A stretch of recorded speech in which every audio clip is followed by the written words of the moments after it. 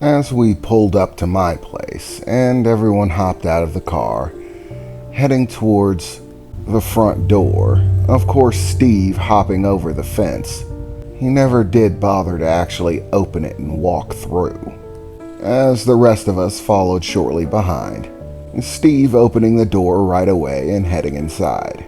By the appearances, it looked like my dad was probably still working late. His car wasn't here, but it looked like my mom's was. So, not surprisingly, once we got into the house, I found my mom sitting on the sofa. "Hey, sweet pie. Welcome home," my mother said. "Hey, Mrs. B," Steve called out as he turned, heading for the kitchen, of course. He never did bother to ask.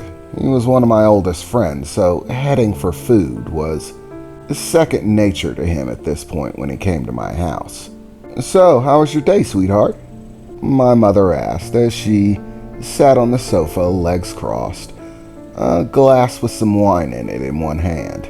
She liked to unwind after a long day of work, so she usually tuned into one of her specials. Last I checked, she was currently on a crime series where they're trying to catch a devious criminal of one kind or another. I believe this one was a murderer who was giving them a fair amount of trouble. Apparently he was a smart guy, covered up evidence well. "Oh, well, everything was pretty good, Mom. We caught the concert and it was awesome."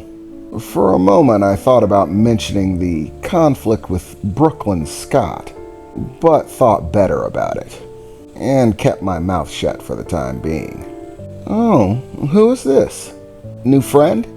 my mother said as she saw Renee enter the room. Hello, Mrs. Barron. My name is Renee. It's nice to finally meet you." "Oh, and aren't you a polite young thing? But I notice you're not part of my son's usual knucklehead little clique. Is there any sort of special reason you're around? Are you my son's new little girlfriend or something?" And for a moment, I shuddered at what this conversation was heading towards. I mean, I was gonna tell her, but there's really no telling how she was gonna respond to it. And at this point, it was up to Renee. All I could do was cross my fingers in my imagination and hope for the best. Yes, actually, Mrs. Barron. I started dating your son about a week ago." "Oh my God, really?" my mother replied. "I mean, I was just sort of joking. You actually got a girlfriend?" "Oh my God, I am so happy. Come here, let me get a look at you," my mother said, setting down her glass of wine, rapidly getting up from her seat and waving Renee over.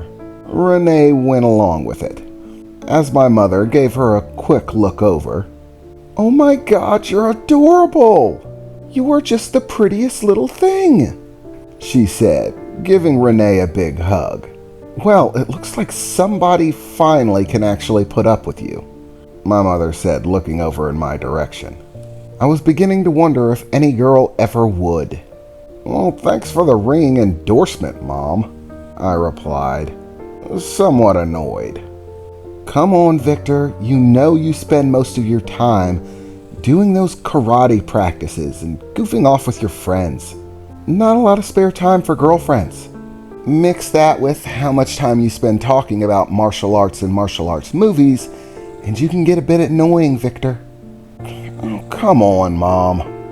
I actually like Victor's talk about martial arts movies and the fact that he practices. I don't know, it might be a little bit weird, but it might be because he reminds me of my dad a little. He's actually a martial artist too.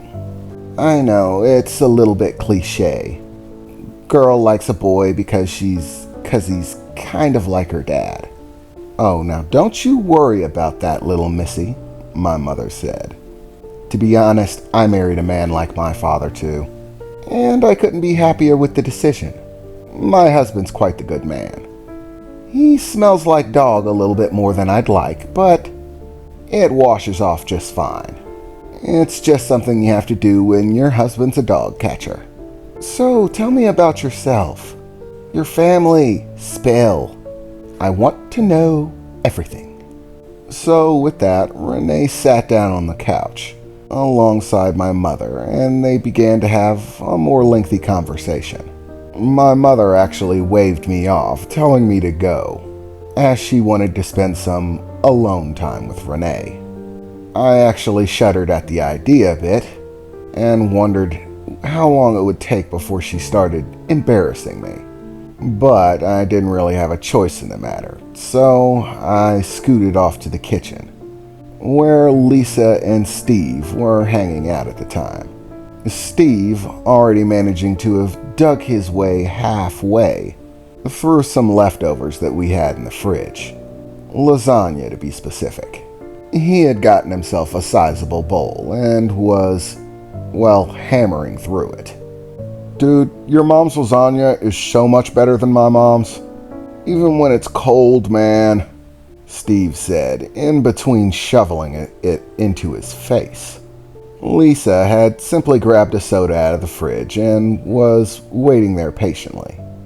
So what's up? Where's Renee? Oh, don't tell me. Your mom wanted to have a little chat with her, right? Yeah, I replied, as I pulled out a chair and the small kitchen table that we had there. My house wasn't huge, but we had a little bit of extra space. This was our little kitchen nook. Far from lavish, but it did the job. We could eat breakfast or dinner, and have a little bit of elbow room to do it. So, overall, how are things going with you and Renee? I mean, any new couple jitters? Things that you didn't know before that are causing problems now. That sort of stuff does happen.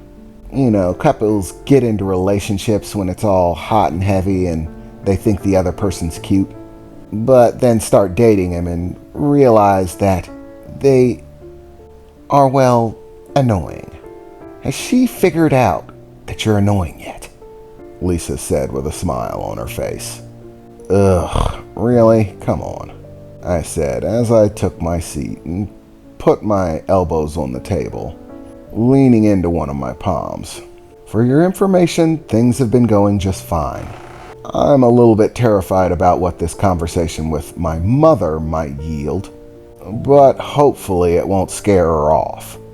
You better hope not, Lisa replied.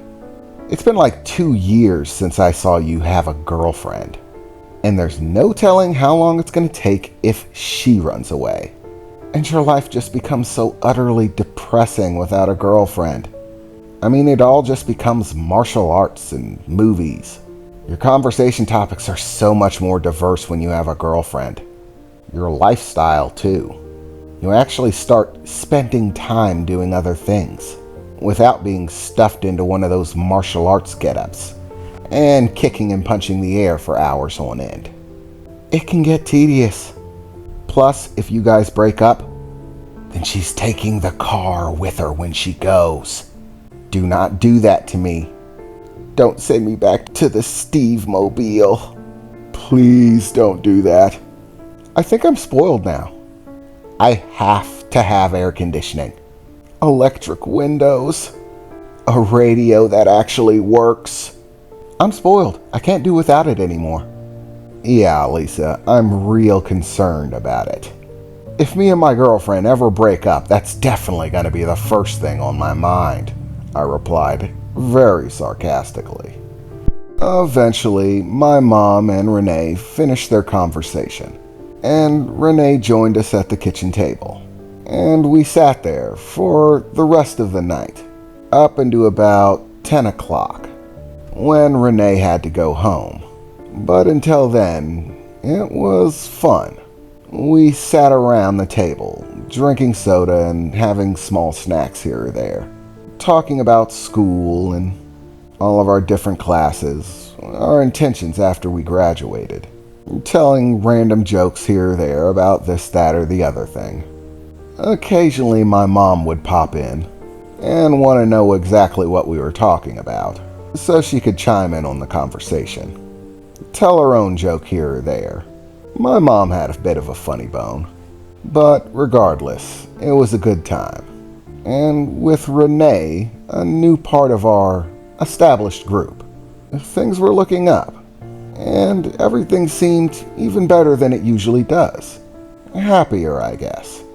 And at the time, I couldn't help but think that it was only gonna get better with time, as we laughed together, enjoyed our night, and eventually, Renee packed Steve and Lisa into the car and drove off, ready to drop those two off on her way home. And I finally went back to my room, opening the door to be welcomed by all of the usual sights.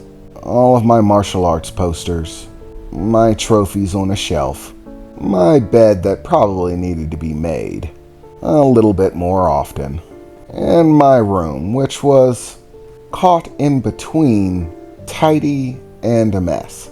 It really depended on where you were looking at the time. Some segments seemed very clean, while others seemed to be in disarray. I crashed out, sitting beside my bed and turning on my game system. I played Back Alley Brawl for about another hour before deciding to crash, going to bed, in hopes that tomorrow would be as good as today was.